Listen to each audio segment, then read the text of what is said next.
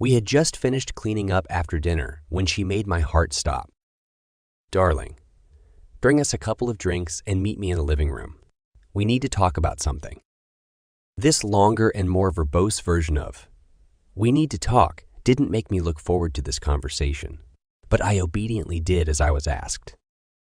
Mary and I have been together for almost 2 years, and we're going to get married next Saturday. Exactly 1 week. 7 days. From today. We were already living together and having sex. Impressively great sex, I might add. About 2 months after we started dating. I had no doubts about our relationship or marrying her, and I wondered what it might be about.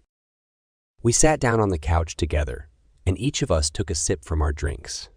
I could tell she was having some trouble starting a conversation, so I decided to try to help her a little. "Mary, are you leaving me?" She turned to me with a look of horror on her face. "God, no, Henry.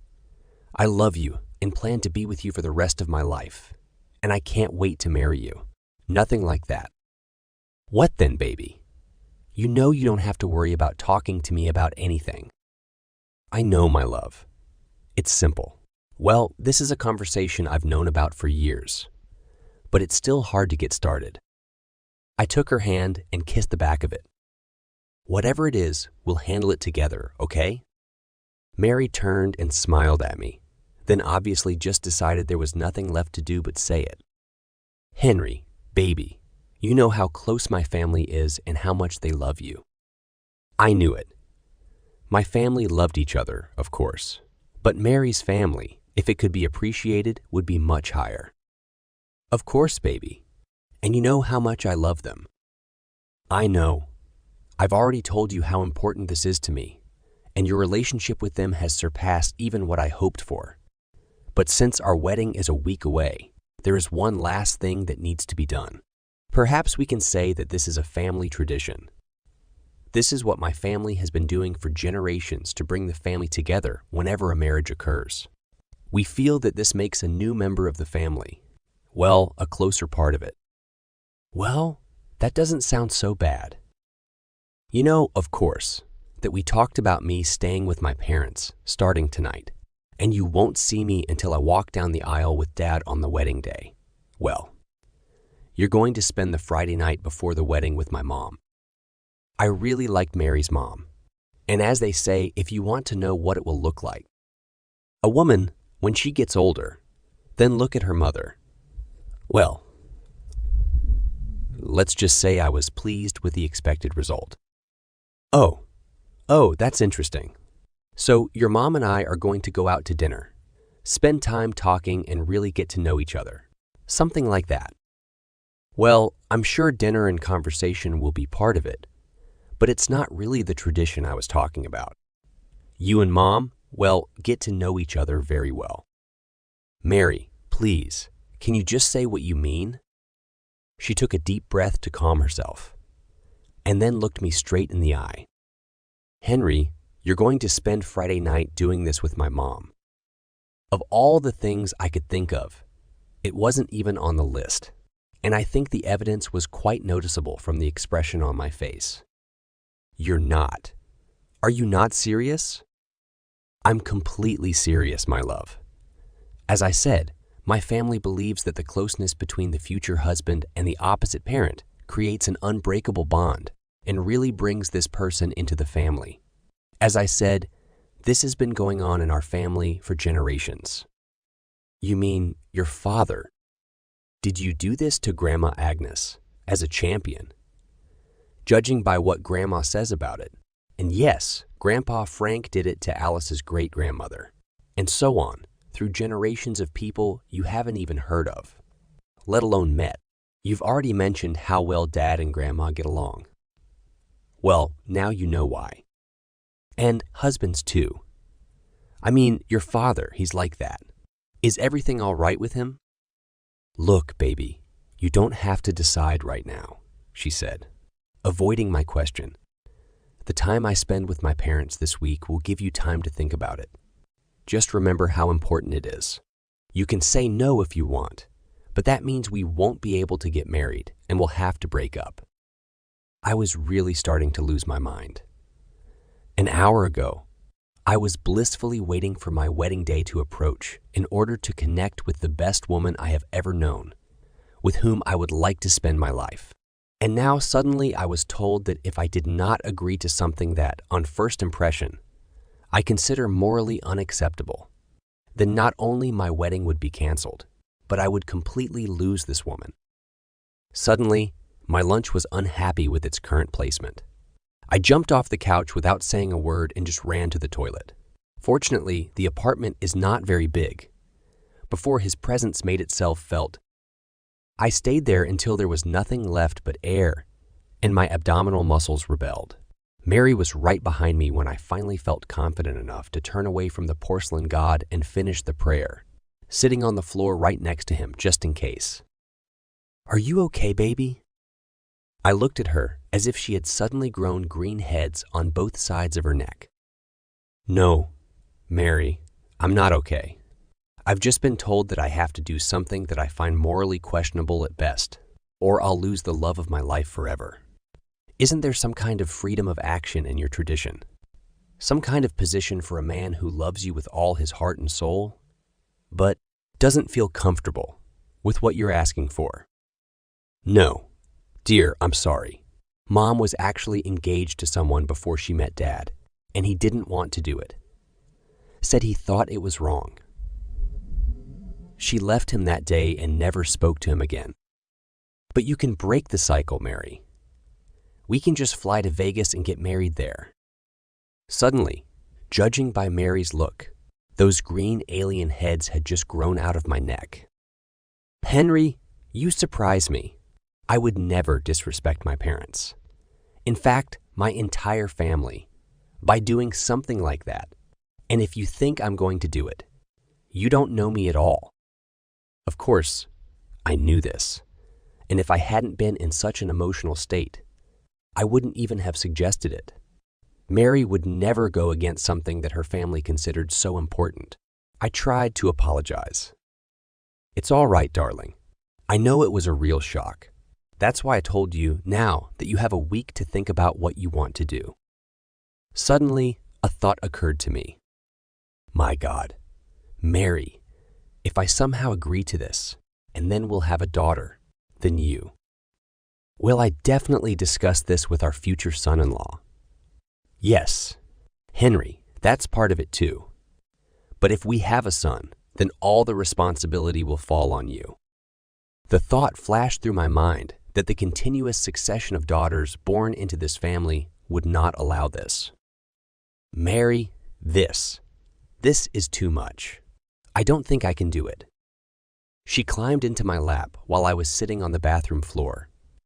She wrapped her arms around my neck and pressed her head against mine.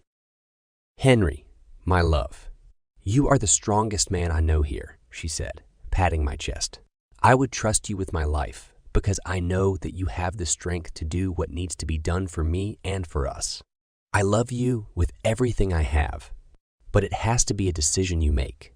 I'm going to pack my things for the week, and I have full confidence that you and I will stand at the altar together on Saturday and get married and all that implies." "Mary, I am." I couldn't think of anything to say when she got up, and I stayed on the bathroom floor while Mary packed her things. I was completely numb and lost track of time, but at least I didn't throw up again. She knelt in front of me and took my hands in hers. She looked at me with sincere love. I knew that she loved me, and that the thought of this coming between us also hurt her, but I knew her well enough to know that she wouldn't give in to it.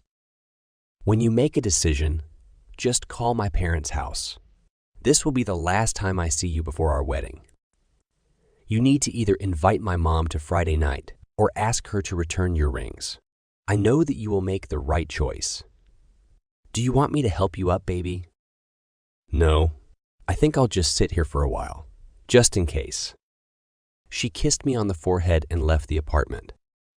That night, I slept on the couch, for some reason not wanting to be in bed without Mary. It was like if I wasn't sleeping there alone, then I could pretend that Mary was there and that the whole nightmare just didn't happen. Of course, it didn't work. The next morning, I woke up as lonely as I had been the night before, and emotionally probably even more lonely. The thought of breakfast almost made me vomit dry again, so I just went for a walk. The fresh air seemed to help. I thought over the scenario I was facing again. The only thing I could think about was how wrong it all seemed, but I had nowhere else to turn for another perspective. My very conservative parents would be furious at the very idea, and would probably demand that I cut off all contact with Mary and her family, so that I could not discuss it with them, and the rest of my extended family was no better. At some point, I realized that there was actually only one person, someone who had been through this himself, who could perhaps give me some point of view on this.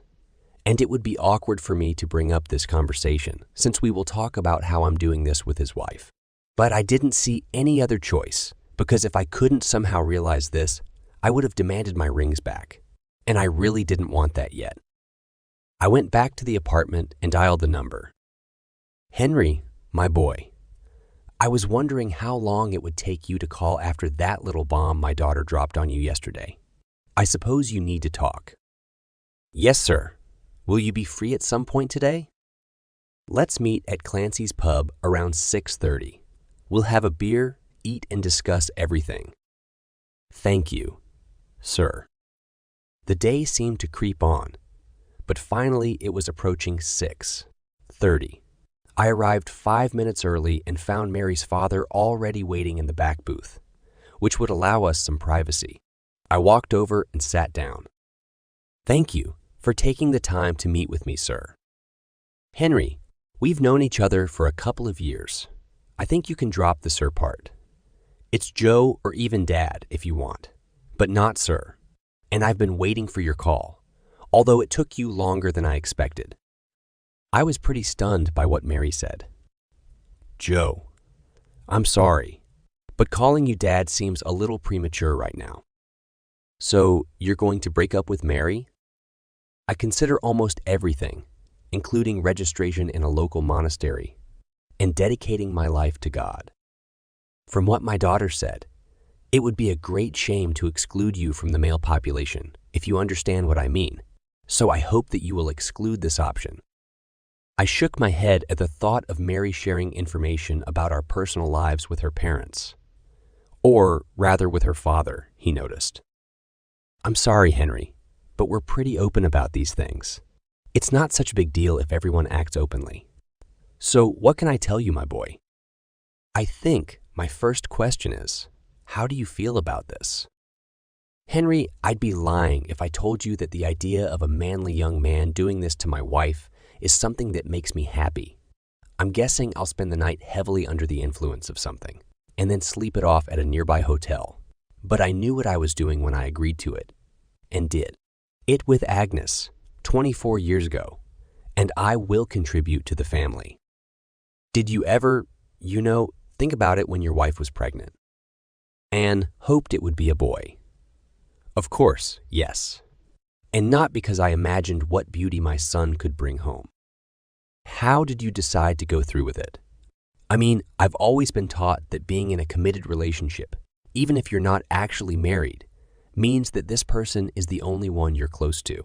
I understand that, in this case, everyone knows what is going on and has given their approval, but I am still in conflict with what I was taught. And only you can decide how you're going to apply these things in your life, Henry. For better or worse, we are all brought up the way our parents see fit, but once we reach adulthood, we have to evaluate these life lessons and decide if we agree with them. I understand your point of view. Just because I was raised that way doesn't mean I have to believe in it. That's exactly it. You're an adult now, Henry, and you have to decide what's right for you personally. It's part of free will, but the fact is that in your mind what is being proposed is wrong, and it will be difficult to overcome. Let's pretend for a moment that you have no moral objection to being intimate with a woman other than Mary. What else in this situation bothers you? Well, the first thing that comes to mind is, well, sir, I mean Joe. I paused and took a deep breath. My first thought is how I will look you in the face. For example, would it be awkward considering that I had a bed with your wife? And you know about it.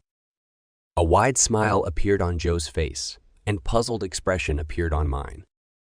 You know, Henry, that was the first thing that came to my mind. How am I going to stand at the altar and look into the face of Frank, whose wife I would have just spent the night with when he walked Millie down the aisle, not to mention for the rest of my life? So I called him, just like you. Called me. I told you I was waiting for your call. He did just that. The more things change, the more they stay the same, as they say. I think this scenario has played out almost every time. What kind of man, after learning that he has to do this with his future mother-in-law, with full knowledge of the family, will not have any problems with this? Calling the man whose wife you're going to be with was a natural reaction. So you had a meeting with Mary's grandfather, like we have now? Of course. And he told me the same thing that I'm going to tell you right now, Henry. And you need to hear it. I put my glass on the table and turned my full attention to it. He continued, I understand that this tradition, as they call it, is unorthodox. But the women in this family are exceptionally and fiercely devoted to their men, Henry. I guarantee that you will never have any reason to believe that Mary will cheat on you, or even put herself in a position in which it may seem. She would rather die than embarrass you or make you doubt her love and loyalty, with the obvious exception of your future son-in-law, of course. I believe in it. That's one of the things that made me fall in love with Mary in the first place. Your marriage will be the one that all men strive for. I know I'm talking about my daughter's son, but for the rest of your life, she'll be the perfect lady in public, but the notorious girl in the bedroom. I felt myself blushing when he talked about his own daughter like that, and the smile that appeared on his lips told me that he had noticed. He continued, She won't deny you anything in the bedroom. Do you think the last couple of years have been good? You haven't seen anything yet. But no other man would even look at her, let alone reach out to her. Knowing what I know now, even considering what's going to happen on Friday night, I can tell you with absolute certainty that it was worth it. And I promise you that Frank would have told you the same thing. I love Millie Moore every day, and I will do anything for her. I would have dropped dead at that second if that was what she wanted. That's how much she means to me. And on Friday night, if you make what I think is the right decision and move forward to marrying Mary with Millie in your bed, don't hold back. Enjoy it and help Millie enjoy it. It was all so much to take in. It seemed unthinkable to talk so casually to a man about me getting his wife into bed. So, you and Grandma Agnes. I couldn't put into words what I wanted to say, but he seemed to know what I was asking. It was just incredible, Henry. Of course, times have changed a lot. You and Mary have a lot more experience than Millie and I had when we were a week away from our wedding. Agnes wasn't just a pleasure to talk to, but she taught me a lot about how to please a woman, and Millie often thanked her, Mother, for that. But everyone knows about it, isn't it? Is it strange? Actually, it's just the opposite, Henry. Since everyone knows about it, there is no secret to keep. It's just something that happens, and everyone accepts it as a normal phenomenon. So, no one's even talking about it? I wouldn't say that. It just doesn't really matter. You'll probably be asked how it went if you guys got close and the like. It can pop up in casual conversation over the years, just like any other event in your life. But it's not like people are going to come up to you and say, Man, I can't believe you touched Millie. Was she hot? What about you and Agnes? Were there any oddities with you after that? I'm also worried about my relationship with Millie. Not at all. In fact, it gave us something very intimate and personal to share. It connected us together and, as a result, connected me to the family as a whole. I know it's unusual, but the results are exactly like that. We finished our drinks, and I thanked Joe for his time. He easily dismissed my concerns about what my relationship with Mary's family would be like if I went through with it. It seemed like it was just a part of family life, and it was treated no differently than if Millie and I had spent the evening bowling together. It seemed very strange to me. So I had only one problem left. Agreeing to it meant doing it with the knowledge that one day Mary would do it with another man, provided that she and I, of course, would have a daughter. For reference, I am familiar with 5 generations of Mary's family, and during this time exactly 0 sons were born, not a single one. This seems strange, since presumably it is the male contribution to the fertilization process that determines the sex of the child. With all these sons, in-law joining the family, one would think that some men would be born, but none of them were born, and I had no illusions about changing this invincible trait. Therefore, in my opinion, I would have entered into a marriage that, as I knew in advance, would contain an act of adultery, at least by its strictest definition. But Joe was adamant that his marriage to Millie was worth it, even considering what was about to happen. If this situation had been presented to me as an outsider, I would have told the guy, run. You already know that she's going to cheat on you. But not only did I not run away, I was almost sure that I would do it. The week crept on. I was practically useless at work unless someone literally grabbed me and got my attention. Everyone knew that I was getting married on Saturday, so it was written off as nerves, and everyone was very supportive of me. I was grateful for this, as it allowed me to focus on the real reason for my distraction. I'm usually very confident, but I found that I couldn't tap the number on my phone, and by that time, it was already Thursday afternoon. A decision must be made, and it will be made soon. I still had trouble thinking about Mary doing this with another man, even 20 odd years in the future. Several times I decided to go for it, only for this image to flash in my head, and I hesitated again. I haven't heard from Mary or her family since I talked to Joe. True to their word, they left me alone to make this decision, which was probably the most important one I've ever made. They didn't put any pressure on me anyway, which is what I really expected. They explained it to me so that I could understand, and then everything depended on me. I was wondering what Mary was going through. Did I somehow hurt our relationship by taking so long to make a decision?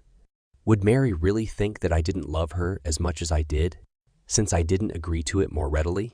Of course, I hoped that this was not the case, that she would understand the inner struggle that I was experiencing. That remains to be seen. On the way home, I stopped, picked up something to take away, and decided to make a decision and make a phone call. I turned it all over in my head, but in the end, it all came down to one question. Was I better off with Mary or without her, given what was going to happen in 20 years? After that, the decision was easy to make, and I made it. I dialed Joe and Millie's home number.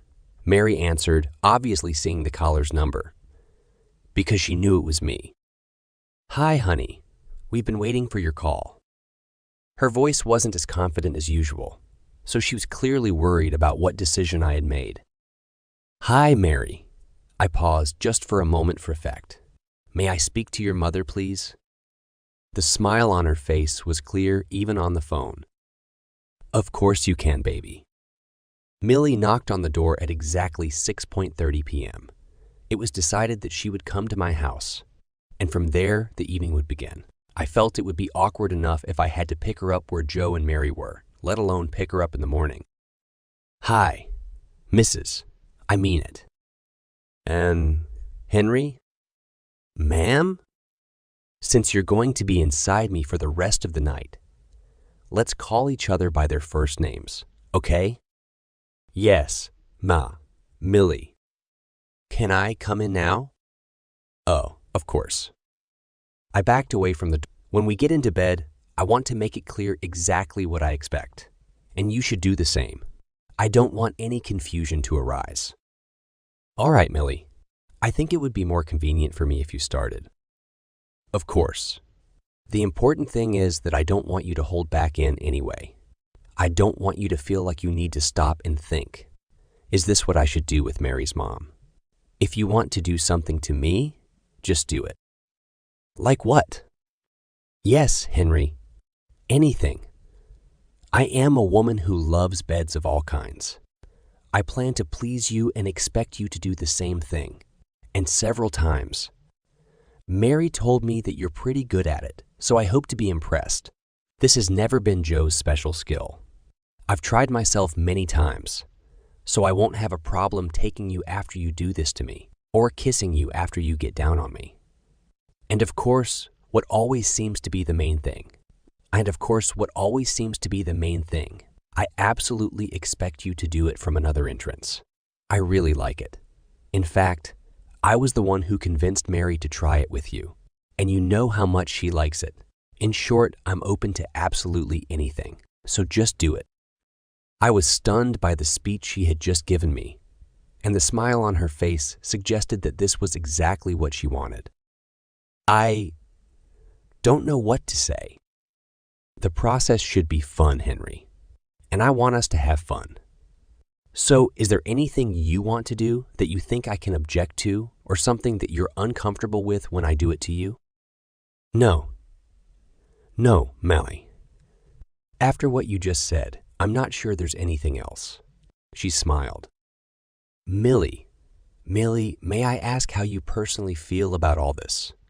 Or maybe it would be better to ask how you felt about it when you were a future bride. Girls in the family are brought up from an early age, knowing what will happen. In fact, I was very excited about the idea, as was Mary. I do not know if she told you about it. Not really.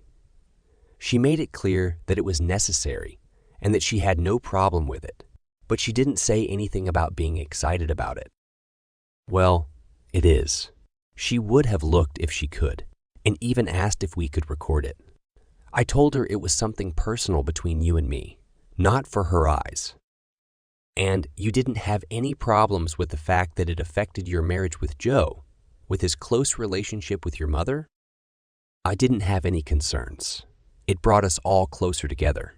It's just 1 or 2 nights in a long and happy marriage, and he was with the woman I love more than anything in the world. I was happy to share it with her, and vice versa. I didn't consider this point of view, that Mary not only decided to separate me from her mother, but also to share her mother, the woman who raised her and was closer to her than any other person in the world, with me. In fact, it was something of an honor for me, although I didn't realize it until now. Wait a minute. Did you just say 1 or 2 nights? I thought it was a one-time deal. The family uses these cases to resume, let's say, some of these moments. While I'm spending the night in your bed, where do you think Joe will be? He told me that he would get drunk and oversleep at the hotel because it would be difficult for him to think about you and me together. No, dear. Joe is in my mother's company right now. Is he with Agnes? They? Maybe. It's entirely up to them. But Agnes is already over 60. So what? My parents are still very active. Mom may not get wet on her own anymore, but they have things that will help with that. She still loves bed very much. I wouldn't be at all surprised if they become close. I just looked down and shook my head as this new information seeped into my brain. So I might have to put up with Mary doing it again. Damn it. As if reading my mind, Millie continued. Yes, it means that Mary can actually do it twice. But don't forget that it will mean that you will get me twice. Henry, I know this is all pretty hard to accept, but we've been doing this for generations. We have never had a divorce, and none of the men, as far as I know, have ever expressed regret about their choice. What about the next morning?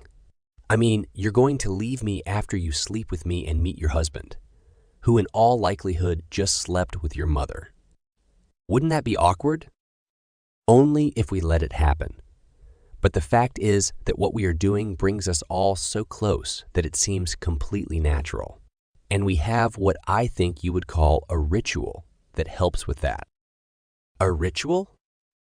When I leave your apartment tomorrow morning, Henry, I expect to get fucked hard. But before I leave, I'm going to climb into your shower and wash myself thoroughly.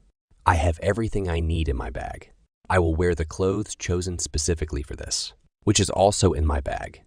Then I will return to my house and introduce myself to my husband for his pleasure. He will aggressively and persistently do whatever he deems necessary to make me his woman again. And then we'll go and give our beautiful daughter to the man of her dreams. And then our lives will continue as they have for the man. Our lives will continue as they have for the last 24 years. As a devoted couple who love each other very much.